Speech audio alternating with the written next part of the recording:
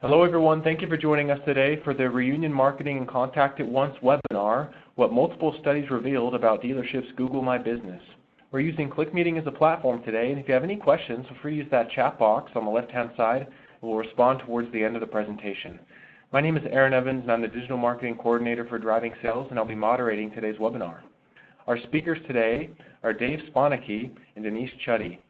Dave founded Reunion Marketing following his career as a media buyer and marketing director for a 33-store group in North Carolina. His passion to data and analytics is the driving force behind the success of Reunion's dealer partners through strategic digital marketing efforts. And Denise is passionate about helping car dealers and OEMs use data and insights to further their business online. And at Contact at Once, a division of LivePerson, she and her team power the auto industry's most comprehensive messaging solution. So I'll now turn the rest of the time over to Dave and Denise. All right, thanks, Aaron. And appreciate the introduction. Wanted to just go a little bit more into some introductions, a little bit about us. Again, like Aaron mentioned, I was the marketing director for a 33-store group, led a 25-person team over there before founding Reunion, and using a lot of the different data and data decision methods that we're talking about today, was able to increase the entire group's website traffic and lead volume by about 400% over the last 3 years that I was there, which led to an increase in revenue of about 75% over that time. So some pretty exciting stuff to help found Reunion, and starting Reunion with a couple guys that worked with at the dealership, and just 3 short years had turned into a 50-person team, and love using data. So excited to share a lot of that stuff. Denise?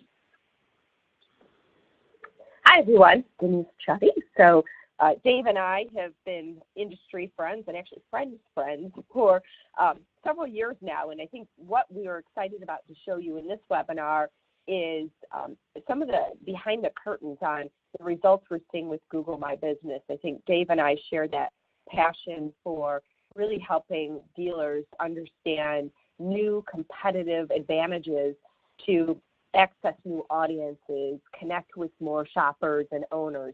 So we'll show both a lot of data that Dave's team has compiled, as well as some data that we've seen on what people are thinking when they click on those buttons on your Google My Business listing.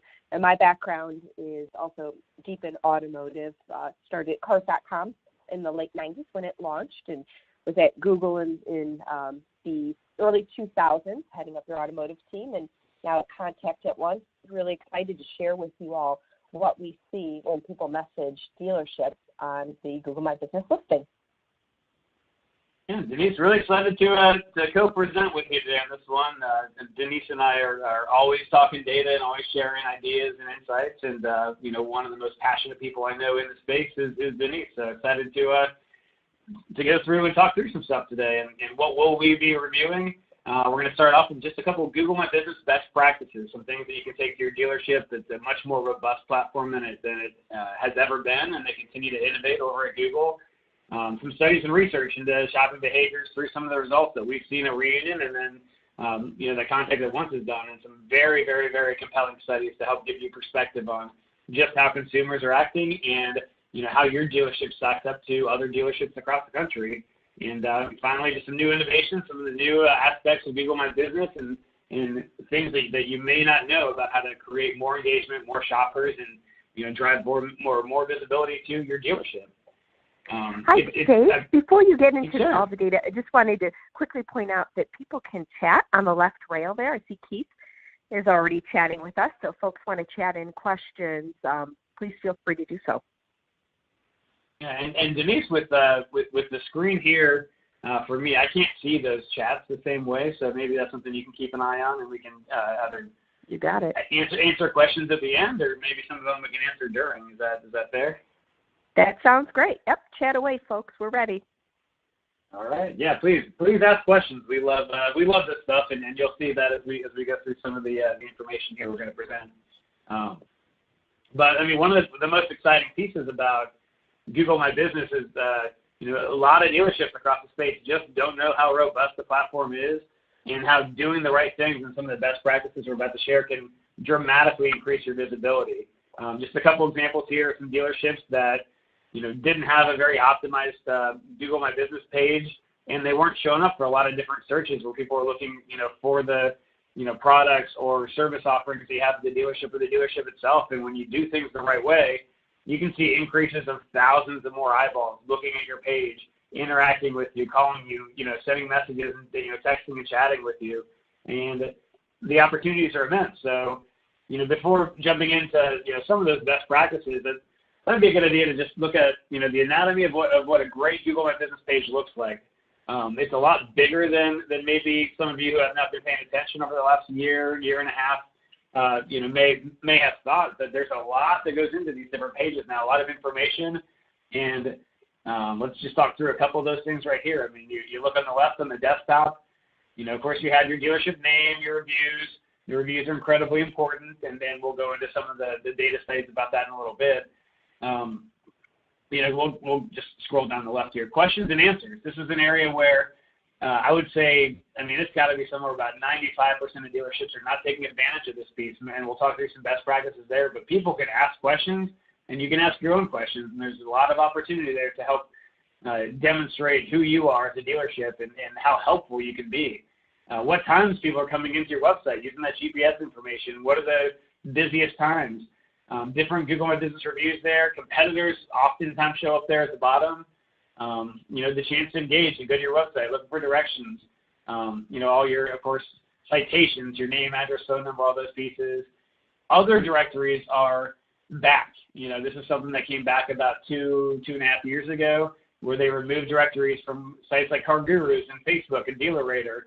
And those different review sites are still important to get reviews for, because Google pipes them in and puts them on your page. So, what are your review ratings there? They're also, I wouldn't say equally important, but they're still very important in being that differentiator against the competition. You can see on the lot time expectations, how often people typically spend there. People typically spend 15 minutes to an hour in this specific one. Some dealerships have typical times of, 60 minutes to 4 hours and things like that. So, those are expectations people are starting to look for. So what does that look like for you? Different posts that you can create, of course, on the mobile side. Even more engagement options exist there. The ability to text, call immediately there, what your hours are. And then, again, just like you have the on-the-lot expectations on the mobile device, how quick is the dealership in responding to you when you contact us? Contact us now typically responds in a few minutes, in a short period of time.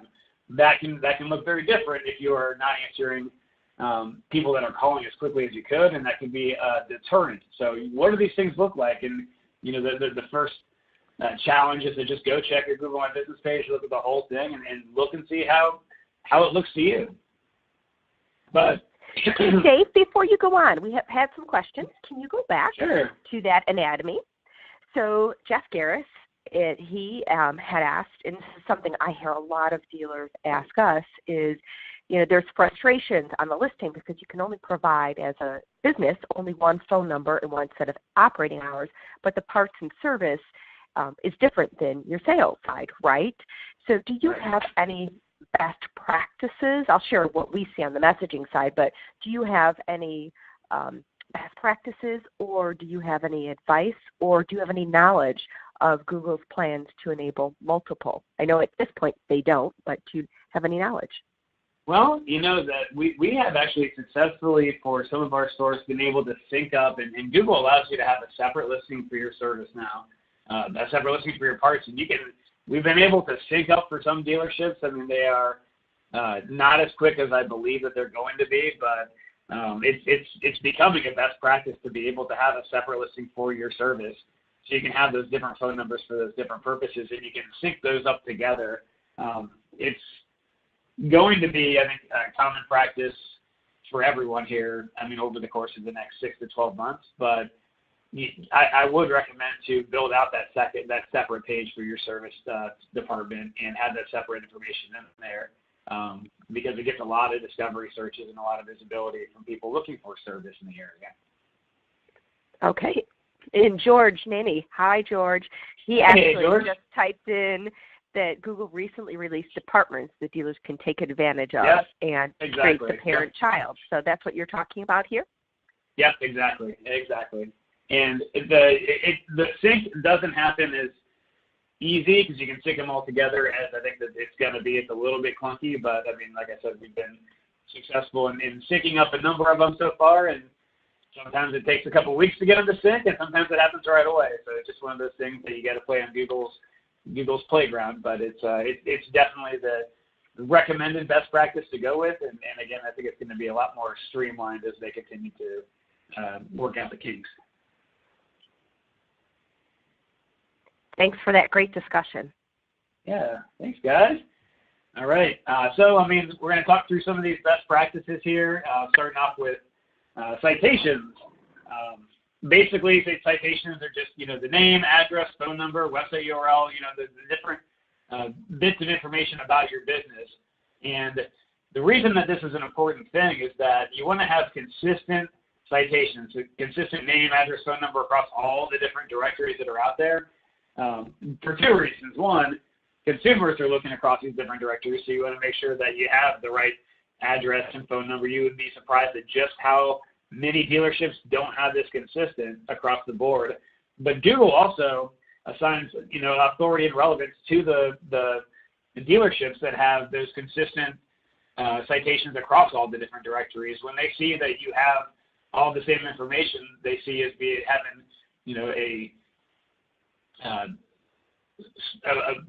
greater hold on your digital assets, that you are very legitimate as a business, and you're going to be rewarded with greater listings. And the reason why I think that is Bright Local did a study. They do a lot of pretty cool studies for anyone who likes to look at that stuff, where just in the past year, 71% of consumers have had a negative experience because there's incorrect information online. So Google doesn't want to show and create visibility for businesses who may not have the right phone number or the right address. If your phone number is different on Yellow Pages than it is on City Search, than it is on Apple, than it is on Google, that's going to be a red flag to Google to say, wait a minute, something's up here, so maybe these guys aren't quite as authoritative as we might want them to be, and we might put someone else who has those consistent citations. Part of that Bright Local study, 93% of consumers frustrated with incorrect information. And, with knowing that about 24% of consumers call a local business before going in to visit it, question for all of you is, are your numbers correct across all these different directories? And you have a little snippet here on the right. This is a tool called Moz Local. We use it at Reunion. There's a lot of manual updates that need to be made to go to directories, but it's, honestly, it's one of those like $100 or $120 a year tools that shows you exactly what your name, address, phone number, URL, how many photos you have across all these different directories that are out there, so you can basically have a checklist to go through and see where you have different information. Here's an example of a dealership that doesn't have the same phone numbers, is missing a URL. You can actually go to Moz Local and see this for free, see how accurate you are. Most of the stores that we do our free digital analysis for, are somewhere between 40% and 60% accurate, because this hasn't been a priority. But as local SEO is becoming that much more of a big deal, because of just how often the dealerships are showing up in search for their Google My Business pages or on the maps, it's incredibly important to make sure that this stuff is consistent across the board. And talking about visibility, in the back end of Google My Business, make sure that you're picking the right categories too. Some dealerships overdo it. Some dealerships, have as many categories they can think of. They're making up categories, and that's not really how to do that. And, I typically don't like putting very long explanations on any of the slides and presentations, but I copied and pasted this just from Google because I think it's an important one for us to keep top of mind. Google says to choose a primary category, describes your business as a whole. Don't add multiple categories to a list of all your products and services. So they use Health Club as a for instance, where there's a cafe in there. So they say don't do cafe as that primary category. Make sure that it's Health Club, and make sure your primary category describes your business as a whole. And that's why when we recommend the primary category, always go with whatever manufacturer you are. Look at the top right, Toyota dealer. Don't just say car dealer or new car dealer. Be as specific as you can be, but don't go down into that cafe kind of piece where you're getting to be too descriptive. Then if your secondary categories have your used car dealer because you have used cars, your auto parts store, your auto repair shop. Those are the 4 that we recommend. And then, as George piped in a little bit ago and mentioned, build out those service pages as well and create that, parent-daughter relationship between all those different pieces and sync those together. That's what's going to give you the best visibility on Google My Business. And another big one, and again, it's one of those that, it really continues to surprise when you look at that some dealerships, the photos that are on there, you can have a big say in what photos are showing in your Google My Business. Sometimes it might take 2 months to get rid of one, and you have to, go back and forth and really push to get rid of them. But these are some examples that we've seen from different dealership websites where, you've got a 40-year-old awning out there, or it's someone's backyard and not a dealership or a driveway. You have a broken headlight now opened, with the end backwards. I mean, things that are not looking great. So when people are looking at your Google My Business page with the thousands or tens of thousands of search views that happen for it, these are the things you don't want people to see.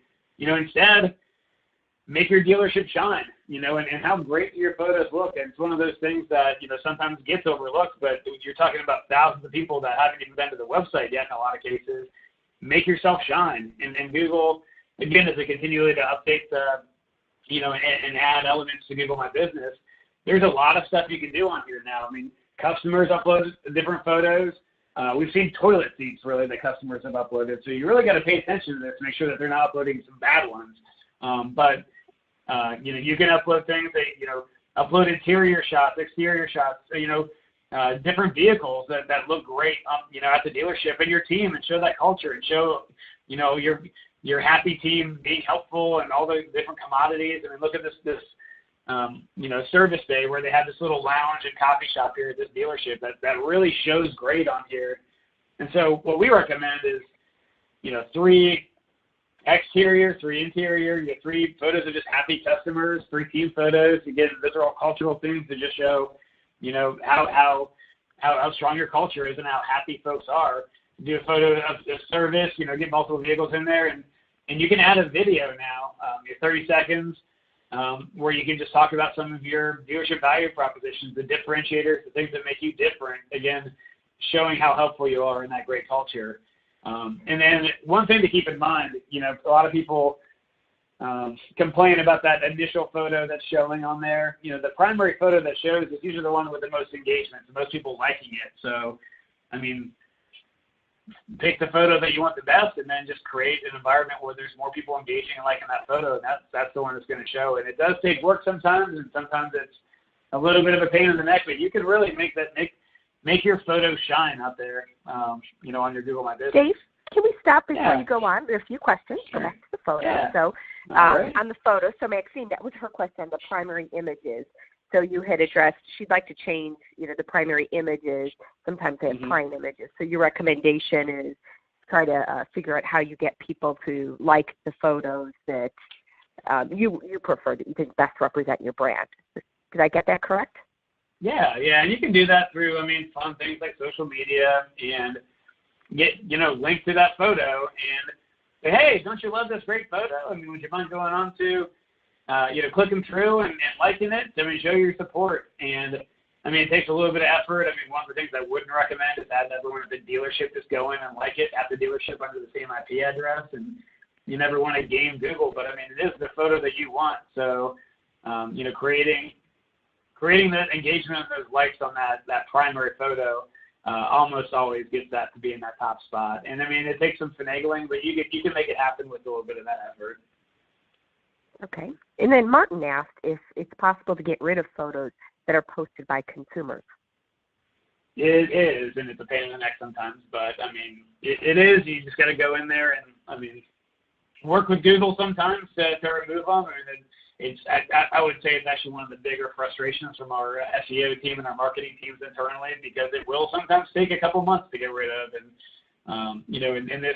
in this industry, we want to have everything happen right away, but we are planning to get in Google's playground on this. But you can, and it just sometimes takes a little bit of effort and some back and forth, but it's definitely something possible. And something that I would highly recommend. Just have a little bit of patience, I think, is the best way to put that.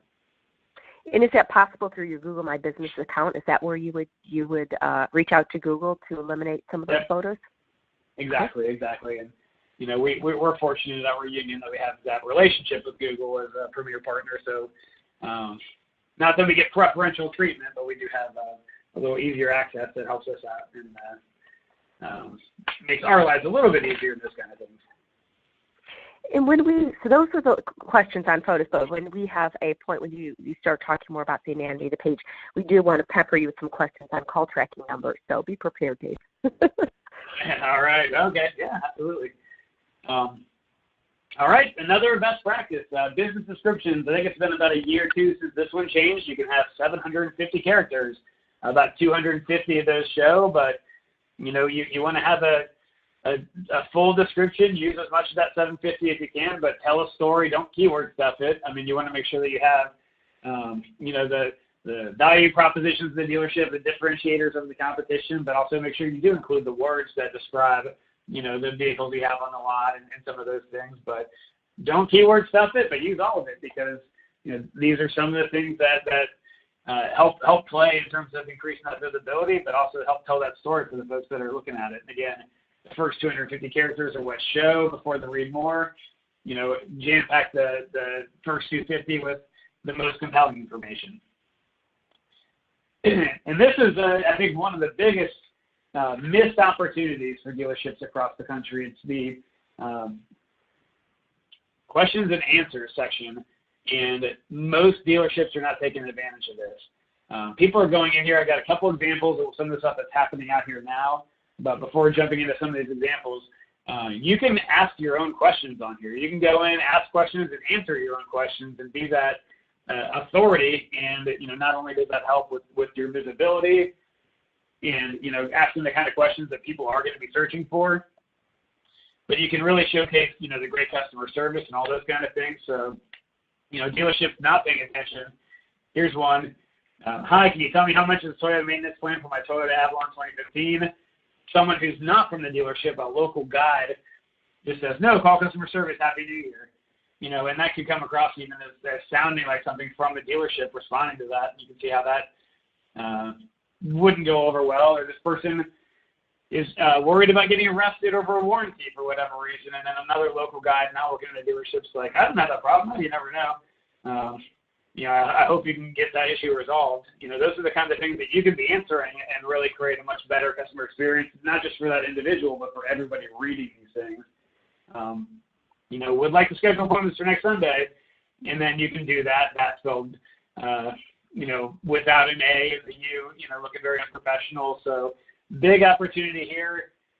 There's a lot of insights that we could talk about in a second on what kinds of things you might want to use those frequently asked questions. But again, understanding the types of things people are searching for are great things to put in there. The same kind of FAQs you might have on your website. But what's exciting is that Google has recently introduced, and I think this was about 2 months ago, search query data into what are the actual queries that people are typing where you're showing up for, where your Google My Business is showing up. There's 3 types. There's direct, discovery, and branded. Branded is also brand new. That happened I think at the beginning of November. But direct searches are people that are looking for your exact dealership name.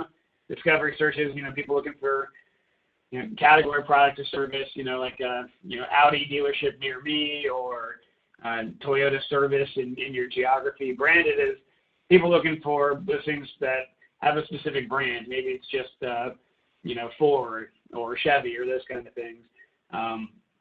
Branded is not on the API yet, so that's again, brand new, and I think they're testing to see if that's something that's going to add value or not. But you can look at every single search query that's driving traffic, so you can really have a great understanding of what it is exactly people are looking for, because that can help answer those FAQs. That can help give you insight into just search behavior in general. That can go to your other SEO efforts on site as well. There's 724 different searches for this dealership, and you can see thousands of different searches that are happening where you're getting that visibility for Audi and the Audi dealership and Audi dealer near me. And as you start driving down, you see all sorts of different combinations of exactly what they're looking for. which again gives you a lot of insights into, how to match the expectations of the consumer with what you're putting out there in your optimizations and your Google My Business. Dave, might you go back to that slide? Sure. So these insights. So one thing that's interesting that stood out to me, so somebody, let's say number 4, they're looking for Audi dealer. How does Google know if you've got 2 listings, if you have your sales listing and you have your service listing, how does Google know which one to choose? I think a big part of that is how you properly tag your categories for that. How do your business descriptions look, and are you telling the story about, where you want to send the right people to? For what we've seen, at least right now, is that there's still far more searches going to that, parent page, the regular Google My Business page, not the service page for Audi dealer. But again, this query data is only 2 months old, so it's, I think that's going to shift. The majority of people that come to a website are looking for service. I know you've got a lot of great information about what the kinds of people that are going to Google My Business page are asking for that you'll be able to share and talk about later too. But right now it's still, 10 times as much traffic going to that parent one right now. The service one is one that's, I suspect is going to continue to increase its visibility as Google better understands where to put people. They're always trying to see which result is going to create the most engagement. That's what they're going to put up there. Got it. Thank you. Yeah. So,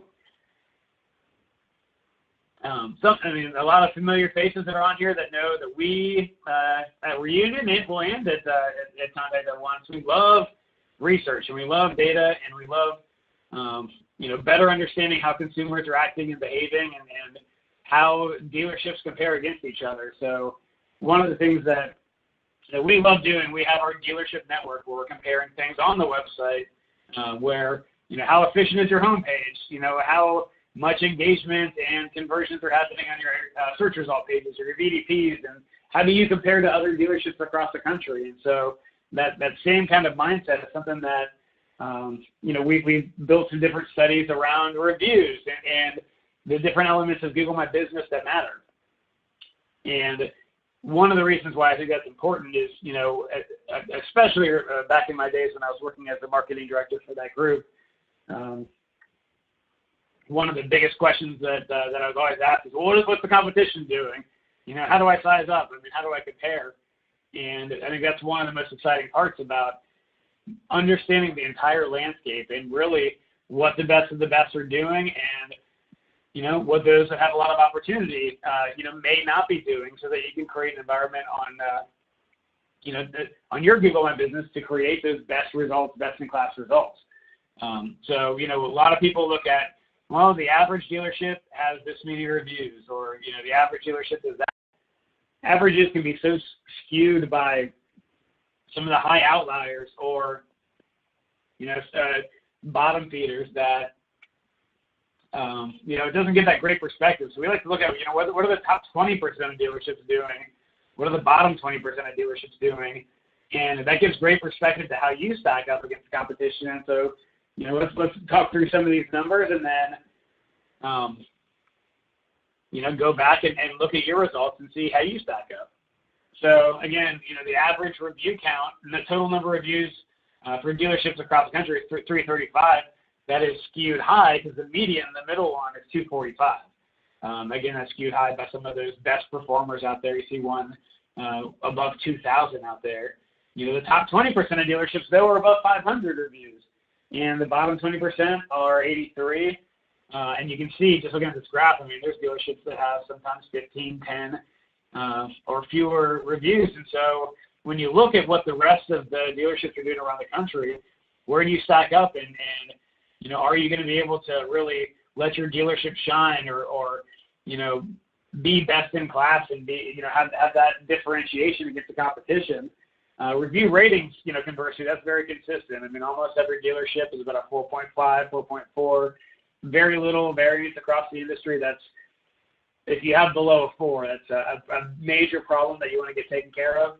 but almost all dealerships are doing a great job with their reviews, and that's good to see. Again, similar philosophy for things like direct searches versus directory searches.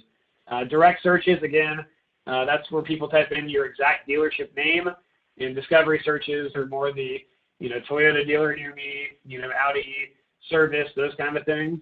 And you can see the same thing here too. I mean, dealerships are all over the place. We have the discovery searches mapped out here.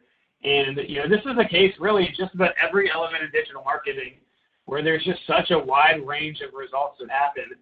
So again, understanding where you fit in and building a plan around what's going to create the best story, the best successes for you is incredibly important, because if you don't know where you fit in, it's very hard to set a goal. And really, your digital partner, your internal marketing team, your agency should always be working towards some kind of tangible goal where you know where you are now and where you're trying to head. So you can see, again, the top 20% of direct searches are at around 50%, bottom 20 or 25, and then, of course, you flip that over on the discovery searches side. What that means is, if your direct searches are too low, maybe 25%, that could be a great reflection that your branding is not as strong in the community as you might think it is. Your stimulus marketing efforts, your, Facebook or traditional media or, other programmatic channels are not getting your name out there and your brand recalled the way that you might want it to. Conversely, if your discovery searches are too low, it probably means your page isn't optimized the way it should be. You might have the wrong categories. You might have some photos that are not getting people to engage with you, and Google recognizes that, or your descriptions aren't where they should be. Just optimization opportunities. So when you have these comparisons, you can really pinpoint exactly what the biggest opportunity is for you to optimize your Google My Business page. Same thing with search views and map views. Same principles apply. You can see the variance here between the top and the bottom 20 for both search and map views. A lot of people don't, I think sometimes forget that there are so many searches that are being seen on the map too. If your SEM provider is not buying map views for some of these, some of these very obvious in-market shoppers, for the different types of searches that are happening that we can see again through that query data, I would say start doing that immediately. And if they don't know how to, then drop them and find somebody who can, right? And really going to close here. Don't have a scatter graph on the website rate, the directions rate, the phone rate. It is just as highly variant, a huge range from, the best of the best, those that have that great opportunity to improve. But, website rate, people are going to your Google My Business. And we do, if they're shoppers, we want them going on the website. We want them looking at inventory. We know that there's a correlation between the number of people that are actually looking at inventory and are buying cars, which makes sense. I mean, the more people that on the lot go up and look at cars, the more likely you are to sell that car. The same thing on your website. The more people that are looking at your vehicles on your website, the more likely they are to come straight to the dealership or submit a lead or chat or any of those kind of things. But look at the bottom 20 here for going to the website, 3.5%. Top 20, 8.62%. When you have a highly optimized Google My Business page, it's more than double between the best of the best and those at the bottom in terms of who is coming to your website and how many more people you can get. And remember, there's thousands of people coming to your Google My Business page, so huge opportunity here. Same with directions. Bottom 20 is 1%. Top 20, exactly double, 2.14%. Imagine that many more people trying to go to your dealership and clicking on that directions, or the number of phone calls. Again, if you're talking about thousands, or tens of thousands of people that are seeing your Google My Business listing, what would that do if you were able to double the amount of phone calls coming from your Google My Business?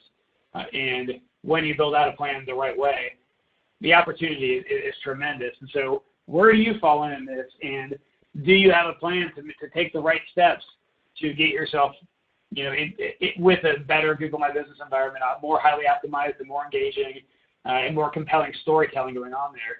How do your results compare? Where do you fit in across everyone else?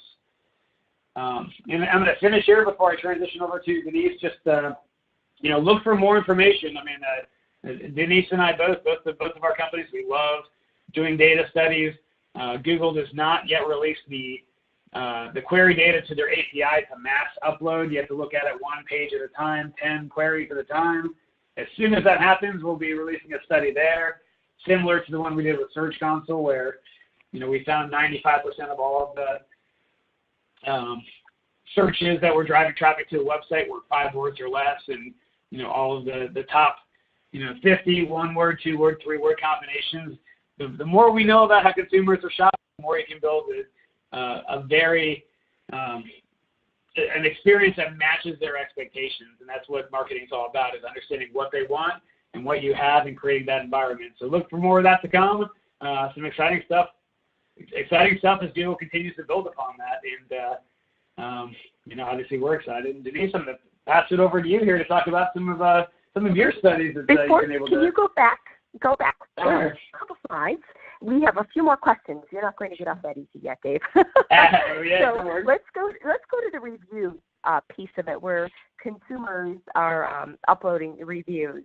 So there was a question by Larry, who asked, should we answer and respond to all Google My Business reviews? Now, Dino actually answered, and he said he does, and that it works great for their dealership.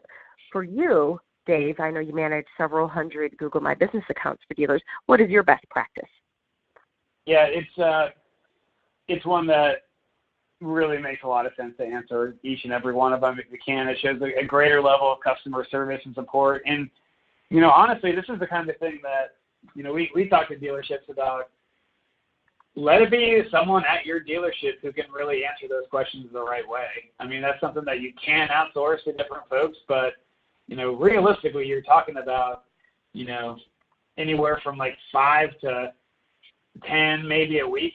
It's not that difficult to do. You can use, similar language, but thank people for a great review and let them know how much that matters to you. And definitely any negative reviews you want to respond to, and you want to respond to those reviews in a way that is not attacking. It's keeping in mind that other people are seeing these responses, so keep it, diplomatic, try to get them on the phone, let them know how much you care about customer service. But it takes so little effort, really, to respond to these reviews that, everybody should be doing that. It's you're probably talking about 30 minutes a week, and someone at the dealership who's got those great customer service skills and knows what to say. And, there's a lot of best practices, but basically be kind, be nice, be gracious, and let your customers know how much they mean to you. And everyone should be doing that, really. It doesn't take that much effort, and can really pay dividends when you're talking about thousands of people that could be influenced by reading those. So 2 more. One's a point, one's a question on that, and then we need to go back to the phone tracking. So Len has actually said that he and his team, they do answer every review, good or bad. If it's good, they answer with a simple thank you. If it's bad, they ask how they could have done a better job. So that seems like a good best practice. Yeah. Someone asked, Dino also asked, how do you feel about employees of the dealership giving reviews on there as a place where they work? Wait, so what is that question? So somebody who works at the dealership posting a review as an employee, right? I work at this dealership. It's fabulous. We love our customers. How do you feel about that? I think that Glassdoor is a better spot for those kind of reviews. So that's kind of the purpose of Glassdoor is to go through and talk about the company itself. But I think that could, if you're doing it on the dealership's IP, that's just scary for some of the review sites. But I think that genuine customers are what the majority of people would want to see. Gosh, I don't know though. If it was me, I would just recommend keeping that on Glassdoor. It's great to, Glassdoor shows up on page 1 for if you have a lot of great reviews. We pay careful attention to that over here, and fortunately have some really great reviews at Reunion. Right. But I feel like the purpose of that might be different. I don't know. Okay. And Robert added that they spend so much time on unhappy customers that acknowledging the positive reviews is equally as important. It almost seems to me that by participating and responding, you implicitly show it the dealership is a great place to work, right? So maybe you don't need to have your employees give reviews, because if they're active and they're showing versus telling how great of customer service you offer, that could probably work magically. Can we go back, Yeah. Dave? Let's go back to a slide where we are showing the anatomy of the page, and let's talk a little bit about phone tracking. So we had a lot of folks wanting to talk about the different phone tracking capabilities. And do you want to go ahead and talk about how you handle phone tracking, and then I'll get the specific questions. Yeah, it's the pain, I guess. It is one of the first things, but I mean, the best practice is to have the same phone number and have it consistent across all of your directories. So if you want to listen to every call, frankly, most dealerships don't listen to every call anyway because of how many there are and all of those different pieces. So if you can get the purpose of the phone call tracking from your website or some of those channels, I think that you're going to be better served unless you're listening to every single phone call, sticking with that same local number. But if you have to listen to that and it's important that you are tracking every one, then you want to still make sure you have a local phone number and that it's the same phone number across all of your directories and that somewhere on your website that phone number exists. I mean, we'll put it sometimes in the footer and we'll mark that up with schema so that, Google recognizes that phone number does exist on the website because it's pretty explicit that you need to have the same phone number somewhere on your website and across all your directories because that citation consistency, the name, address, phone number, URL consistency is a pretty major ranking factor in assigning that authority. So it's a pain in the neck. I know everyone would like to have a different number for Apple and Google and all those different kinds of things. But by doing that, if it's not consistent, you're going to have lower visibility and potentially miss opportunities to get in front of potential shoppers. Interesting. Okay, so on this page, one of the things, the thing I want to talk about is when you look over to the right, you see the engagement options, that second button message. So we power that button for a lot of our customers, and I'm surprised when I look across the industry whenever I talk to a dealer at a conference or, just generally during the course of business. I'm surprised at how few dealers are activating that message button. So if you are on the phone and you've got that activated, awesome. If you haven't yet, it's a very easy thing to do, and it's something we highly recommend because more and more people are more comfortable with messaging than any other form of communication, and we're seeing great results in terms of quantity and quality of people that prefer to click on that button. And it doesn't take away from the other things people do. It really has shown to be incremental, people who weren't going to reach out to you in any other way. Dave, do you mind heading to the back end of the deck, and we'll go through some of the things we wanted to share with this group is the actual, not only the power of that message button, but we thought you'd be interested to see what people want to know when they click on that button. So Dave and I have been students of the industry for a couple decades each, and I think both of us were surprised when we dug into the data that people who click on that button, and I'll show in just a few slides, but the people who click on that button actually have very likely shopped you. They are familiar with you. When they are ready to message with you, get pretty low funnel. They're very specific in their intent. So what we did is to get a better understanding of the intent is we looked at a few months worth of data back in the fall, and we looked at over 27,000 conversations, so over 27,000 times that message button was clicked, and we did some analysis on what are the insights of of people clicking on that message button. What can that tell us? I think one of the things that I like most about that button is when you look at all the content on a Google My Business listing, some of it you can control, some of it you can't, right? But the thing you absolutely 100% of the time can control is when somebody reaches out to you to call or message and how you respond. So Dave, will you go to the next slide, please? And here is the tally of the results, and we started with 2% and above, and there is some duplication here, but when we looked at the topics, so we did an analysis of, again, specifically what is it that people want to know when they click that message button. Almost a third of the time, people are asking about vehicle availability, and in the next couple slides, I'll illuminate a little bit more about what they're asking when they click on those first three as well as a trade-in. But from the vehicle availability, it was really interesting to see that either people had shopped you and they were specific, and they either had a VIN or a stock number or a specific make, model, and even color, or they didn't want to take the time to go to your website and do the hard work themselves. And we're seeing that trend more and more. We call that conversational commerce, where people are just shunning going to a website and doing all the work themselves, and instead clicking on that message button, their easy button, to ask somebody for help. So that's been a really interesting trend we've seen. Looking for used. So that was the second most popular thing that people wanted to know when they reached out to message. They wanted a specific conversation about a used vehicle. And that one, again, was top of the funnel as well as low funnel. Some folks had seen your cars on Auto Trader or Car and Driver, and they wanted to know, I saw it on Auto Trader. Is this still available? And again, that was 14%. Pricing was next most popular. Scheduling an appointment, and that overlapped from a general, want to do a test drive, all the way to scheduling an appointment for service. Wanting to trade in, so 12%.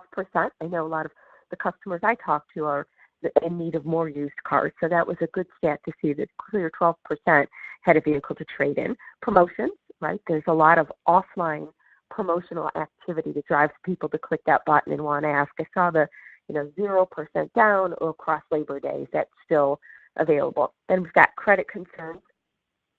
And 7% had, again, specific VIN and stock numbers.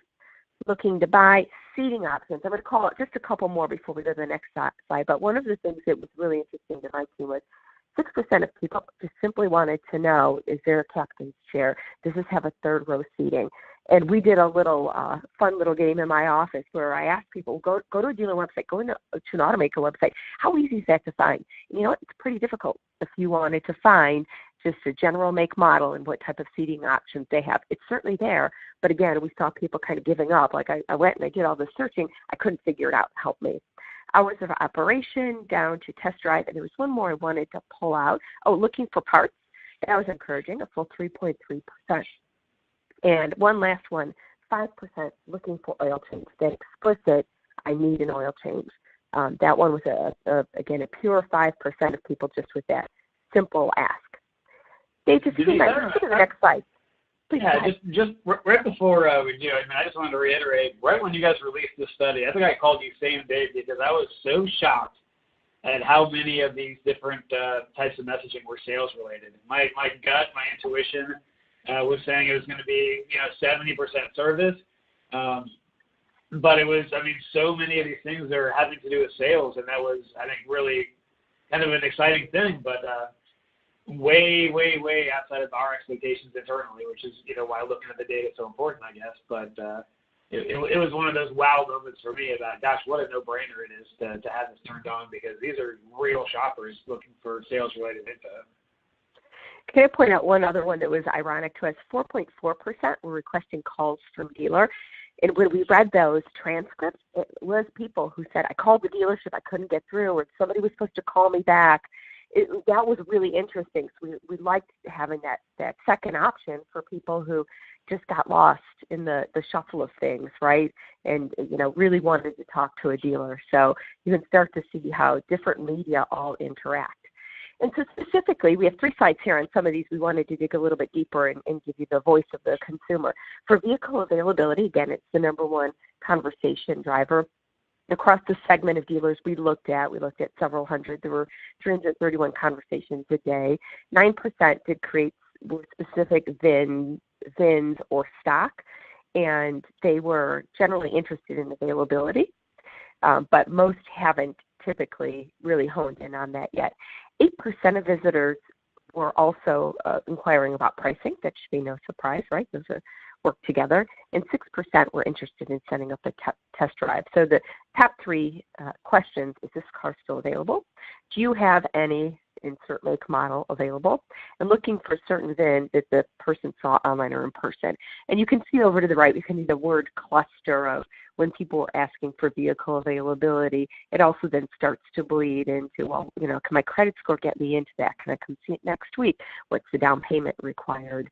And these are, typically robust conversations. And that's another trend we're seeing is more and more lines of text back and forth between the agent and the car shopper.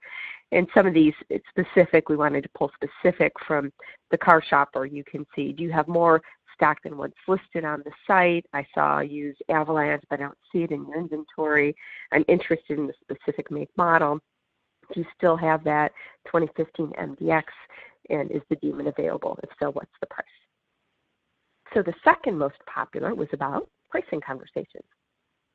So this was about 2/3 as many conversations as the vehicle availability, and 14% wanted down payment or wanted to know specific what is needed, how can you pay a down payment, can you pay by credit card, things like that. In general, agents were really good at being able to answer these questions. That was a really good thing to see because sometimes these get really specific, right? Like, do I have enough money to buy this car? So it was good for us to see that as the industry becomes more sophisticated, agents are getting much, much better at being able to answer these questions. Almost 12%, so 11.5% exactly, of pricing requests were service related. So how much is that oil change? I need a new battery, new tires. Top inquiries, I'm sure this is language you all hear all day. What's the best price or the outdoor price? Down payment, what promotions are needed? Somebody saw a lease or finance deal, right? We know that, when we talk about attribution, it's hard to pinpoint where somebody saw something, but we did see a lot of, I saw a commercial or I was on your website and, they click on that message button, ask specifically, is 0% still available? And you can see over to the right some of the things we pulled out, the actual keywords as well as the actual questions. That last one, for example, I'd like to know how much does it cost for, to do an oil change for synthetic oil. So people are getting very specific and, again, reaching out, clicking on that button as the, help me button. Okay, so I'm actually going to top to a question here, and then actually, Dave and I are going to role play here. Then I've got a couple questions here. Go ahead, Dave, to that slide. So Dave will be the customer, and I'll be the agent. We thought it might be interesting for you to see some of these conversations that are happening. Yeah, I've been looking forward to this part, Denise. Doing a little acting. All right, so just jump into it as a customer. Please do. All right. Hi, Denise. Just wondering if you guys do loans for bad credit? I'm happy to help you with that. Who do I have the pleasure of chatting with? Yes, we will work with you. This is Mike. Thank you, Mike. Did you have a vehicle in mind? Terrain for $11,995. Great choice. May I have the best phone number and email to reach you? You can tell that you see in this, oftentimes, I'm going to break from the script here. Oftentimes you see as an agent, we're trying to get people to communicate and, from the dealership perspective, you certainly want people to, get down the funnel. So go ahead with then the customer does what a customer usually does, which is ask the questions they need. What would payments be around about how much for down payment?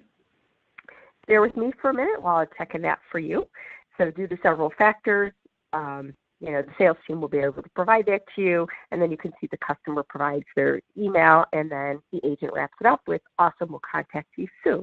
So here again, very specific, and it's interesting. People are not afraid to click on that button and say, hey, I've got bad credit, can you help me? It's really a different time, and then, the agent, helping to get that customer to, move down the funnel.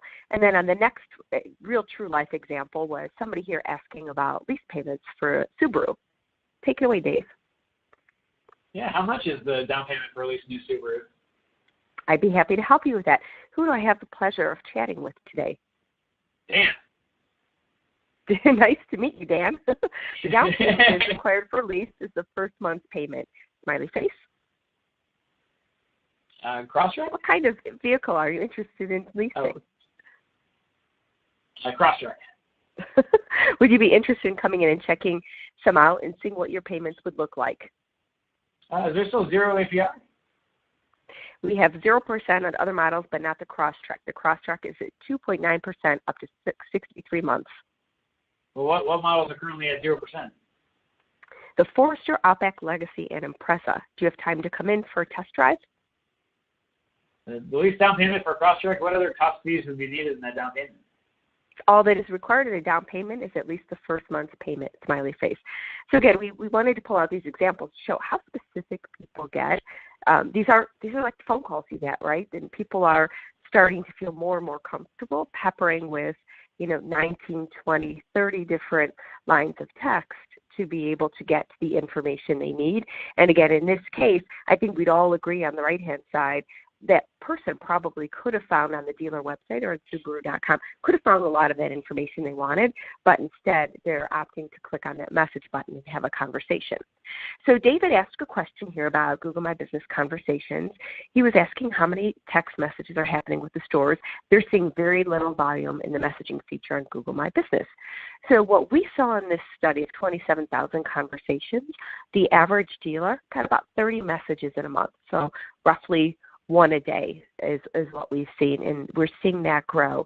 Now, we did recently release on Apple Business Chat, just launched messaging as well, and so we're starting to see more and more. The two big players who control our access to the internet, Google and Apple, are spending more and more of their effort on the product side on creating messaging channels. So our expectation is this will continue to grow. Dave, we have 4 minutes, so why don't we go to the next few slides and let's wrap it up with the best practices.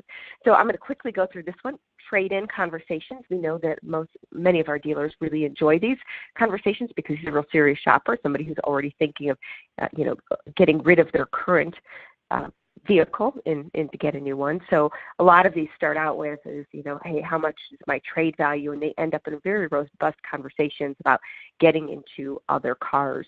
How much is my trade worth, for example? How do I trade in a vehicle if I owe or it's underwater? We saw quite a few of those actually in the actual transcripts. And you can see what about if I have financing? And these are questions, certainly. You could go to blogs, maybe find some of the answers, but here people are feeling comfortable, again, clicking that messaging button and asking you as a dealer. I think I have one more slide and then we'll wrap it up with our summary. Oh, actually, this is the checklist, but before we go to the checklist, Gary had a question about our anatomy graphic. We don't show the Google My Business ads carousel at all. Can you discuss that feature, Dave, the ads carousel on Google My Business? The posts, yeah, they're at the bottom, and that's something that some dealerships like that. I mean, you can have different posts that you can have different special offers up and different events that are going on, and you can set different expiration dates and times. Some of our dealerships have a number of different things that are going on. We still, to this point, when we're measuring engagement, have not seen the level of engagement that we originally saw. Or we're expecting. I think that's something that we want to continue to monitor. So, I mean, honestly, right now, probably about 10% of our dealerships are keeping up with the offers, necessary to get that rolling. But we didn't see the engagement levels that we were expecting. Again, that's something that we're always monitoring. And when it first came out, I was expecting that to be a real hot item. But it's right at the bottom of your Google My Business listing, right above where your competitors show up. The Google Posts feature. And again, some industries, restaurants, I see a lot of engagement in that area. We just haven't been able to see that the same way yet. Again, consumer behaviors changed so dramatically on digital that it's something that we're obviously continuing to monitor closely. All right, Dave, how about you wrap it up with our culmination of the checklist best practices? Sure. Yeah. Thanks, Denise. All right. So, there's a lot of takeaways today, a lot of exciting pieces of research and data and insights to share with you. And again, big challenge is to, see where you are and where you fit in across dealerships across the country. And, how do you stack up? That's a big takeaway. So ways to increase your visibility. Make sure you have those consistent citations. You can, again, go to Miles Local and see exactly how accurate your scores are now. And that's, it gives a great snapshot into how much work needs done to create that. Choose the appropriate categories. Upload those photos, of really showcasing your dealership, getting rid of all those ugly ones, get those great interior shots, exterior, help your customers, your team, And don't forget that video. 30 seconds shows your value proposition, your differentiators, your culture. Maximize your business description. Use those whole 750 characters. Don't keyword stuff, and tell that great story about how great your dealership is. Those frequently asked questions. Ask and answer the right questions. People who are asking, ask those, but get ahead of them and get some of your own questions out there that can really help demonstrate the differences you have over your competitors. Show up your customer searches, understand what they're searching for, understand how consumers are behaving, and maximize your presence and results. Understanding the data, how do you stack up, and no brainer. Add that messaging button. Consumers are moving more and more towards mobile and that kind of conversation. Find the right partner and get that messaging button. It's one of those. Us at Reunion, now being a chat company, I think this is a no-brainer. Get that thing turned on and make it happen. And right there at 2 o'clock on the dot. Well done. All right. Well, hey, that was a great presentation, Dave and Denise. And we had so many good questions. I don't know if we missed any as we were going through. It sounds like you guys addressed most of them. But if there's any more you want to address, you're welcome to. Or if you have any final thoughts, we can just wrap things up today. I don't see any other questions. I think our next step is one thing Dave and I want to do, and you've probably heard a lot of our discussions. A lot of this is new. And I know Google My Business is expanding. Their latest blog post said that they'll be adding in Google My Business, you'll be able to control messaging on your Maps view. So there's still more happening. So we plan to stay ahead of this and continue to send blog posts out and do a white paper. Maybe we can have George help us with the white paper since he's very knowledgeable here as well. White paper of the state of the state and just keep on top of this, because in our minds there's certainly no slowdown with how Google will be leveraging this for dealerships across the country. All right. Well, it's gonna keep changing literally every 2 or 3 weeks. It seems like something new is coming out. So I think that they're trying new things, and it's really important to stay on top of it. And that's the fun part. Well, thank you again to Dave and Denise, and excellent comments as well. I haven't seen a chat this full in quite a while, so we really appreciate it. Made the presentation definitely have more info and be able to talk a lot with you guys is great.